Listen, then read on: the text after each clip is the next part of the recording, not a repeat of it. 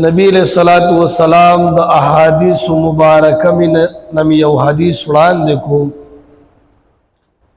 چې پدې کې مونږ ته د سود نه د منع کولو حکم شوی دی.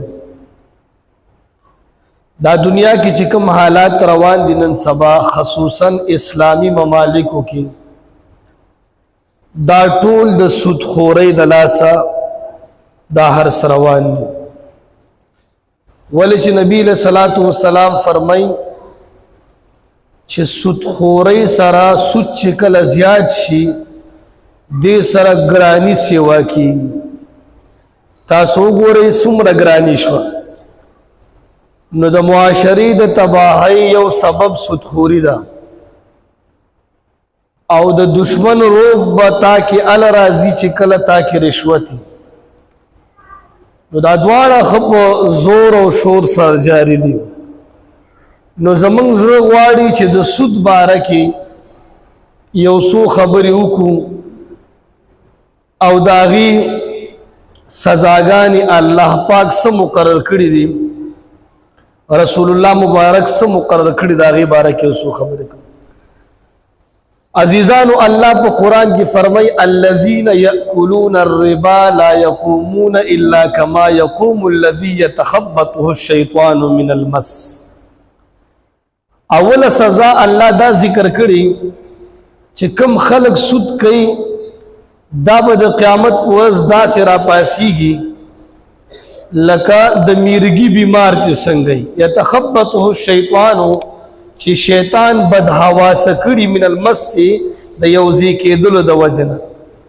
یعنی دا سړی به د قیامت ورځ داسې روان وي لکه څنګه چې یو پاگل رواني د حشر میدان ته، یا د یو مرګي بیماری د سیرت رارپي به او دغه رنګ به په آرام آرام رواني. اوله سزا په قرآن کې دا ذکر شوی ده.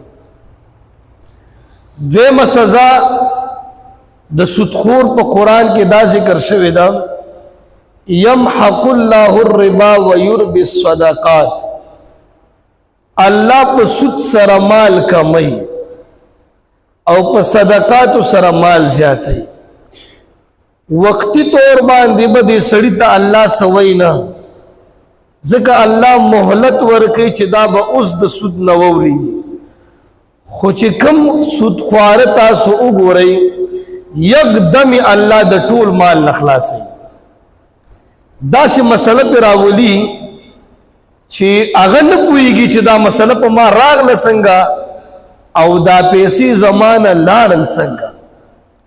ولې دا دویمه سزا په قرآن کې الله د سودخور ذکر کړی دی چې کم سړی سود کوي الله به د مال ختمي یا به د په مال کې برکت غیب شي، مال به ورسره ډیر وي خو د هغې ضروریات د هغې مسائل به پې حل کېږي نه. درېمه سزا الله په قرآن کې ذکر کړې ده یا ایها الذین آمنوا اتقوا الله. اے مومنانو د الله نه ویریږئ وذروا ما بقي من الربا او سود پرېږدئ ان کنتم مؤمنین که چرته تاسو مؤمنان یئ. نو سلورمه سزا چې ذکر شوی هغه دا ده چې ستا ایمان به د سود سره ختمي. که ته په دنیا کې تا ته الله هېڅ ونه وایي تا ته به د ایمان کلمه نه نصیب کي او که فار ایگزامپل نصیب شو درته نو ابدي سرمدي به د الله په جهنم کې سوځي. دا الله په قرآن کې فرمایي چې سود پرېږده که ته مؤمن یې، یعنی که ته مؤمن نه یې مسلمان نہیں نو بیا سود کوا او که مسلمان ځانته الله فرمای که مومنی نو بیا ته سود پرېږده دا ډیره عظیمه ګناه ده. او یو بله سزا الله پاک ذکر کړې ده فإن لم تفعلوا که تاسو سود پرې نه خوسته فأذنوا بحرب من الله ورسوله نو الله او داغي د پیغمبر جنگ ته تیار شي. یعنی سود دا د الله سره جنگ دی، د الله حکم دی په قرآن کې چې کوم سره سود کوي دا زما سره جنگ دی. جنگ نو د الله سره څوک جنگ کولی شي تباه او برباد نشي. نو دې دپاره عزیزانو دا د قرآن د آیاتونو د قرآن په آیاتونو کې دا سزاګانې ذکر شوي دي. یو بله سزا ذکر شوې ده چې هغه ډېره عجیبه سزا ده. اولئک اصحاب النار، چې دا سودخواره دا د جهنم ملګری دي. دا به الله پاک په جهنم کې اچي چې کوم سړی د سود لین دین کوي. نو دا یو عظیمه ګناه ده، او په دې عظیمه ګناه کې په دې وخت کې ټول خلک ملوث دي په څه درجه کې. ولې احتیاط ختم شو. هر سړی وایي چې ما د پیسې راشي، نو هغه بیا دې ته نه ګوري چې دا جایز طریقه ده که ناجایز طریقه ده، خو چې پیسې ما ته راشي. د نبي علیه صلات وسلام په زمانه کې به سود داسې کېده، په دې وخت کې هم داسې کېږي.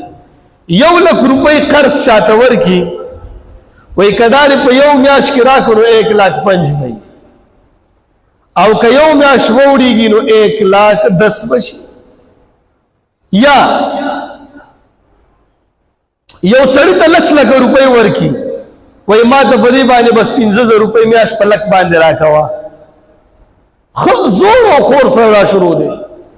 بعضې کس 2,000 روپۍ میاشت اخلي، بعضې کس 3,000 روپۍ میاشت ورکوي لکو پسې، بعضې کس 4,000 روپۍ میاشت ورکوي، بعضې کس 5,000 8,000 10,000 والا هم پکې شته دی. ته چې ورته 1,00,000 روپۍ ورکړي، تا ته به چې کوم دی 10,000 8,000 پې د پاسه ګټه درکړي، هره میاشت به تعالی د ګټې حساب کوي. یو دا سود دی، دا هم په دې وخت کې چالو دی. یو سود داسې دی چې سوداګانې خرڅوي، جنس یوي، لوټونه خرڅوي. لکه په دې خیبر بازار کې دا لوټونو والا ناست دي، فرش کاپۍ درله درکړي په 1,100 روپۍ باندې، 1,000 روپۍ پکې دا سود دی.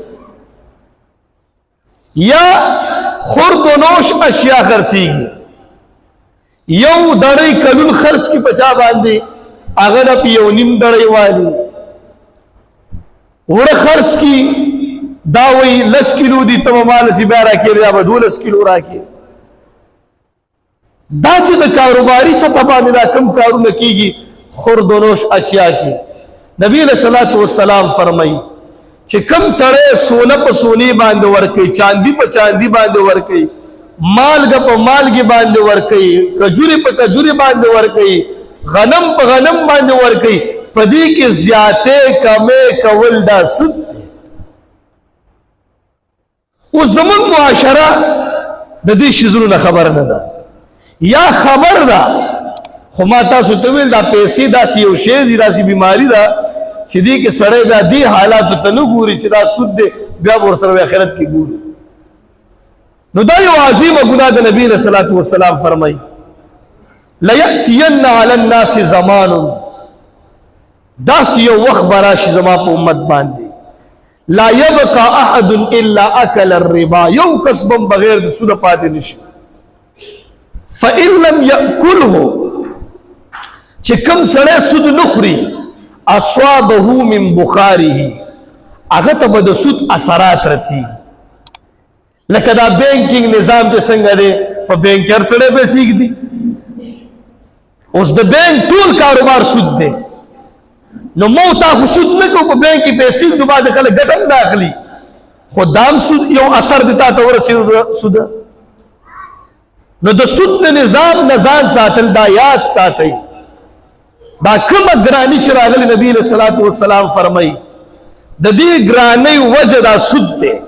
په کومه معاشره کې چې سود زیات شي، هغه معاشره کې ګراني سیوا شي.